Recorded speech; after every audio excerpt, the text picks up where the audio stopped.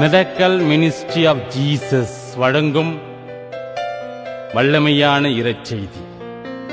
பிரியமானவர்களே, இந்த வல்லமையான இறைச்செய்தியின் மூலமாக கர்த்தராகிய இயேசு கிறிஸ்து 5 விதமான தலைப்புகளிலே 5 விதங்களிலே 5 செய்திகளை நமக்கு ஒழுங்குபடுத்தி கொடுத்திருக்கிறார்.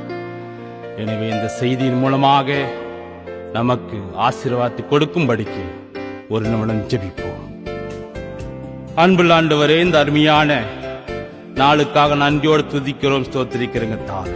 இந்த வேளையிலே ஆண்டவரே, இந்த செய்தியின் மூலமாக நீதாமே ஆண்டவரே எங்களுக்கு ஒரு வல்லமையான அபிஷேகத்தையும் ஆசீர்வாதத்தையும் கட்டிட வேண்டுமென்று ஜெபிக்கிற ஆண்டவரே, இந்த செய்திகளை கேட்கிற ஒவ்வொருவரும் உம்மை போல மாறவும் உம்முடைய அடிச்சுவடியிலே நடக்கவும் ஆண்டவரே உண்மையாகவே உன்னை பின்பற்றும் நீதாமே உதவி செய்தல் வேண்டுமென்று ஜெபிக்கிறங்க தாவை.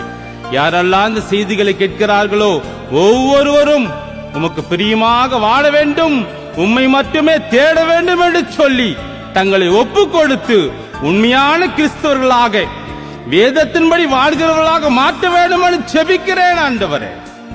இந்த செய்திகள் இந்த தேசத்துக்கு ஆசீர்வாதத்தையும் ஆண்டவரே, தேசத்துல சாபங்கள் கோபங்கள் எல்லாம் நீங்கி போயிட்டு ஆண்டவரே வல்லமையான அற்புதங்கள் அடையாளங்கள் ஆச்சரியங்கள் மேன்மைகள் மகத்துவங்கள் நடக்கத்தக்கதாக ஒரு வல்லமையுள்ள செய்திகளாக மாற்றி தர வேண்டும் என்று ஜெபிக்கிறேங்க தாவே.